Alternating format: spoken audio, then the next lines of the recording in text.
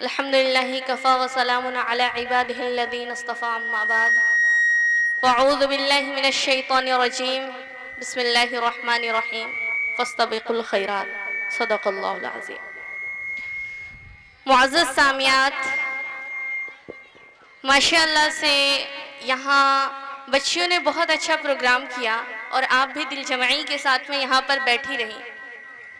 بہت اچھا لگا یہاں کا پروگرام دیکھ کر اور آپ لوگوں کا یہاں پر سننے کی دلچسپی کو دیکھ کر بہت خوشی ہوئی. اور اسی طریقے سے ماحول بنائے رہیں اور اس مدرسے کے بانی جن کی محنت کی وجہ سے خد و کاوش کی بنا پر یہ مدرسہ یہاں تک آیا ہے، اللہ تبارک و تعالیٰ سے دعا ہے کہ اس مدرسے کو ترقی سے نواز دے، آمین. اور بچیوں کے پروگرام سے معلوم ہوتا ہے کہ یہاں کے معلمین اور معلمات نے کافی محنتیں کی ہے، اللہ ان کی محنتوں کو قبول فرمائے. معزز سامعات، مائیں، پیاری بہنیں، بچیاں، اللہ تبارک و تعالیٰ نے ہمیں اس دنیا میں بھیجا ہے. اللہ تعالیٰ نے ہمیں اس دنیا میں بھیجا ہے تو ایسے ہی نہیں بھیجا. کسی بھی چیز کو اللہ نے بیکار پیدا نہیں کیا. ہر چیز کے پیدا کرنے کا کوئی نہ کوئی مقصد ضرور ہے. جیسے کہ ہم گھر میں کچھ کام کرتے ہیں، برتن دھوتے ہیں تو اس برتن دھونے کا ایک مقصد ہوتا ہے کہ ہم اس میں کھانا بنائیں گے، ہے نا. جھاڑو لگاتے ہیں، مقصد یہ ہوتا ہے کہ ہم اس گھر میں رہیں گے. تو اللہ تبارک و تعالیٰ نے جو ہمیں اس دنیا میں بھیجا ہے تو فضول تو نہیں بھیجا ہوگا، ضرور کسی نہ کسی وجہ سے اس دنیا میں ہمیں بھیجا ہے. تو اللہ تبارک و تعالیٰ قرآن میں کہتے ہیں وَمَا خَلَقْتُ الْجِنَّ وَالْإِنسَ إِلَّا لِيَعْبُدُونَ، کہ ہم نے جنات اور انسانوں کو صرف اپنی عبادت کے لیے پیدا کیا. تو معزز سامعات، ہم اپنے ماحول کو دیکھیں، معاشرے کو دیکھیں کہ ہمارا معاشرہ کس سمت جا رہا ہے. اور یعنی فحاشی، بے حیائی، صرف فحش کی طرف بھاگا جا رہا ہے. جہاں پر ہمیں نمائش نظر آ رہی ہے اس سمت بھاگا جا رہا ہے. برائیاں عام ہوتی جا رہی ہے، دن بدن کوئی نہ کوئی نئے فتنے نظر آ رہے ہیں. وجہ کیا ہے کہ ہماری بچیوں میں دین کی تعلیم نہیں ہے. بچیوں کو دین کی تعلیم دیں گے تو انشاءاللہ ہمارا معاشرہ جو ہے وہ درست ہوگا. آج بچیاں کیا کرتی ہیں؟ ماں کو پلٹ کے جواب دے دیتی ہے. ماں ایک بولتی ہے، بچیاں دو سنا کر دیتی ہے. وجہ کیا ہوتا ہے کہ ہم نے ان کو دین کی تعلیم نہیں دی.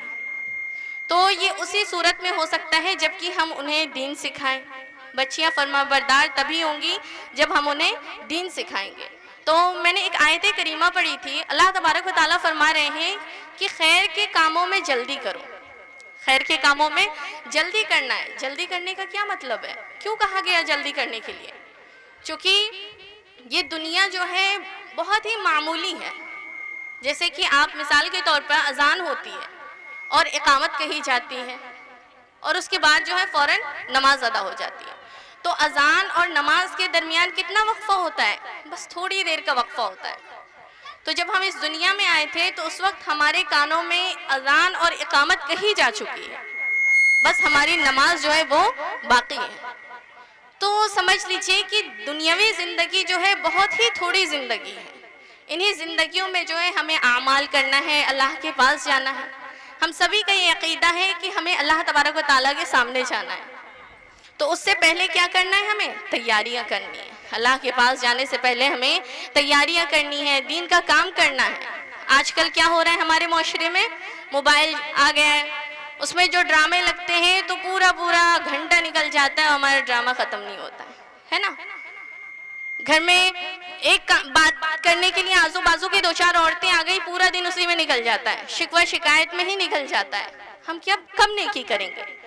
ہم اپنا محاسبہ کریں کہ ہم صبح سے لے کے شام تک ہم نے بتائے کتنی نیکیاں کی. وقت پر نماز پڑھے کہ نہیں، نمازیں ہماری کدھر جاتی ہیں ہمیں خبر بھی نہیں ہوتا کہ نماز ہماری مکمل ہوئی کہ نہیں ہوئی. فجر ہم نے پڑھا کہ نہیں پڑھا. صبح اٹھتے ہی کھانا بناؤ، کھاؤ اور سو جاؤ. یہی حال ہو گیا ہے ہمارا، جانوروں جیسی زندگی ہو گئی ہے. تو ہمیں اپنے معاشرے کو درست کرنا ہے نا. اللہ کے پاس جانے سے پہلے ہمیں تیاریاں کرنی ہے.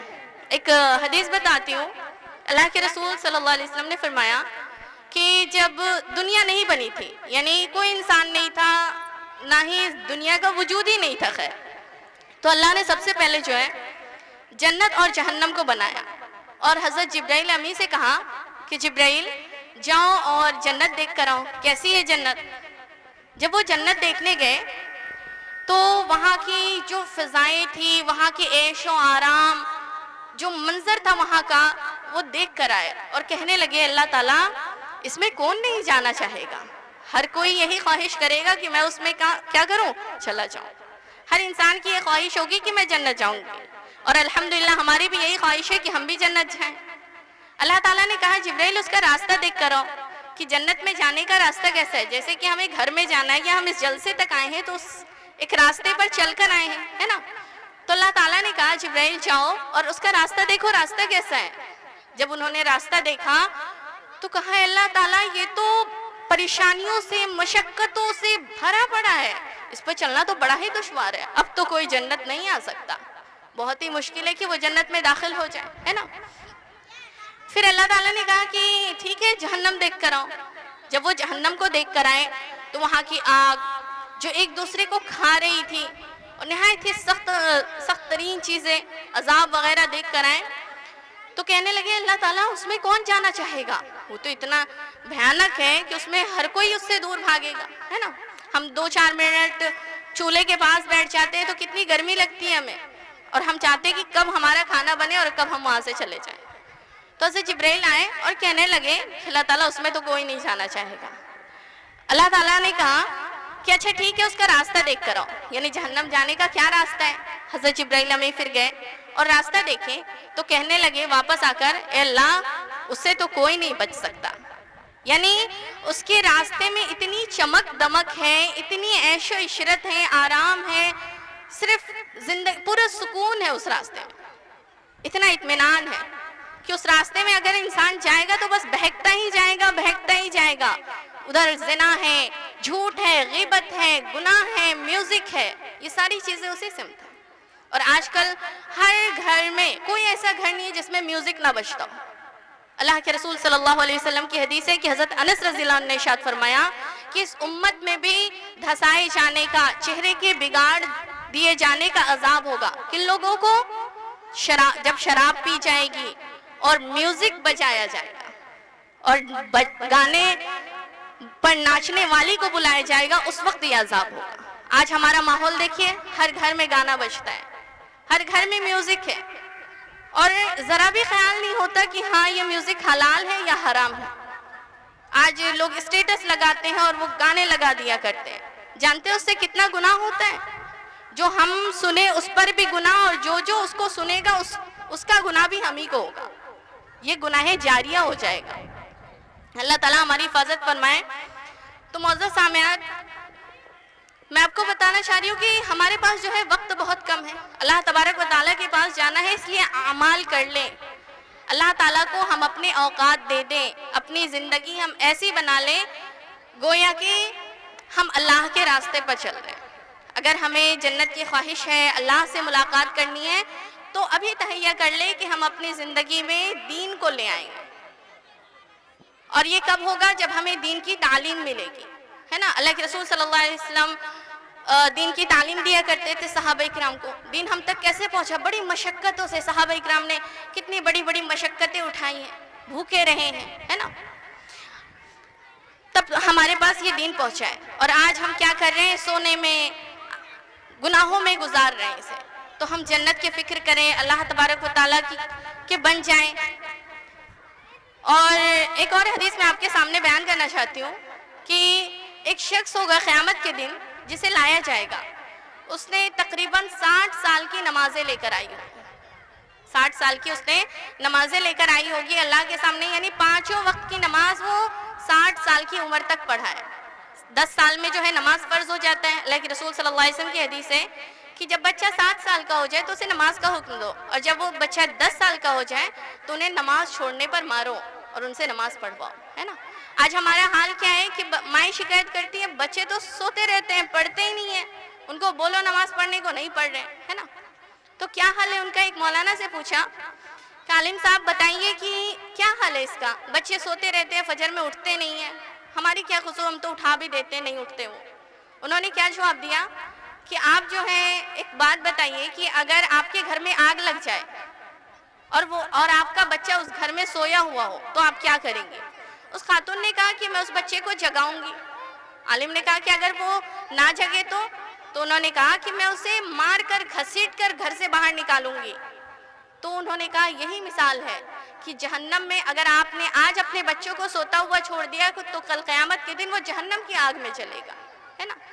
تو ہم ہر انسان کو چاہیے کہ گناہ کرنے سے پہلے یہ سوچ لے کہ ہمارا انجام کیا ہوگا، کل قیامت کے دن ہمیں آگ میں چلنا ہوگا، ہے نا؟ اور آگ کیا ہے؟ اگر آپ 2 منٹ توے پہ اپنا ہاتھ رکھ کے دیکھیے، 1 ہی منٹ رکھیے، رکھا جائے گا؟ پھر جہنم کی آگ کو ہم کیسے برداشت کریں گے؟ ہم کہتے ہیں کیا ہوگا، اللہ تعالیٰ کے پاس جائیں گے دیکھا جائے گا۔ اب 2 منٹ بس توے پہ ہاتھ رکھیے، پھر کہیے کہ ہاں دیکھا جائے گا، جہنم میں چلیں گے تو۔ اللہم احفظنا منہ۔ اور ہمیں کیا کرنا ہے؟ اپنے اعمال میں ریاکاری سے بچنا ہے۔ آج کل کیا ہوتا ہے، ہم نماز پڑھ لیتے ہیں، دوسرے گھر میں جا کر بتاتے ہیں کہ ہم نماز پڑھے اس کے بعد یہ کریں، آج ہم تہجد میں اٹھیں اور ہم یہ کام کریں۔ مطلب کیا ہے؟ تہجد میں اٹھے تو ظاہر سی بات ہے ہم تہجد پڑھیں، اور دوسری کیا بولے گی؟ ہاں بڑی نیک ہے، تہجد پڑھی ہے۔ تو ہمارے جو اعمال ہے وہ سب برباد ہو گئے۔ کیسے؟ کہ ہمارے اندر جو ہے وہ ریاکاری آ گئی، ہے نا، دکھاوا آ گیا۔ تو اللہ تعالیٰ ہماری حفاظت فرمائے اعمال میں۔ اور آج کل معاشرے میں کیا ہوتا ہے کہ ایک دوسرے پر ظلم، زیادتی، کسی کی غیبت، چغلی، بہت وبا یہ پھیلی ہوئی ہے نا؟ ہر انسان گناہوں میں ایک دوسرے کے پیچھے پڑا ہوا ہے، کسی کی زمینیں ہڑپ رہا ہے تو کسی کی شکایتیں کر رہا ہے، کسی کی چغلیاں کر رہا ہے۔ آج ہماری زبان ان تمام چیزوں سے محفوظ نہیں ہے۔ کل قیامت کے دن حدیث کے اندر آتا ہے کہ ایک شخص ہوگا، اس کے پاس اتنی نیکیاں ہوں گی کہ وہ بالکل سفید نورانی ہوگا، وہ چمک رہا ہوگا۔ حدیث کے اندر آتا ہے کہ اللہ کے رسول صلی اللہ علیہ وسلم نے صحابہ کرام سے کہا کہ بتاؤ سب سے بڑا غریب کون ہے؟ صحابہ کرام نے کہا کہ وہی ہے جس کے پاس مال و دولت نہ ہو۔ ظاہر سی بات ہے، ہم سے بھی پوچھا جائے کہ سب سے بڑا غریب کون ہے تو ہم کیا کہیں گے کہ جس کے پاس مال و دولت نہیں ہے وہ غریب ہے۔ ہر کوئی آج رونا پٹنا کرتا ہے ہمارے پاس نہیں ہے وہ نہیں ہے نا؟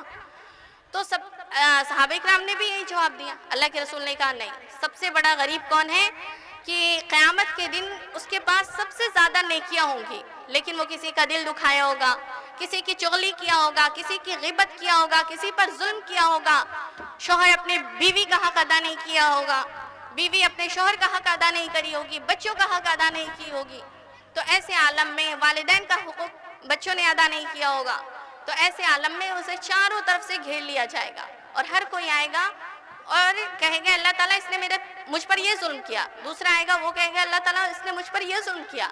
اب اللہ تعالیٰ اس کی نیکیاں جو ہے دوسرے کو دیتے رہیں گے۔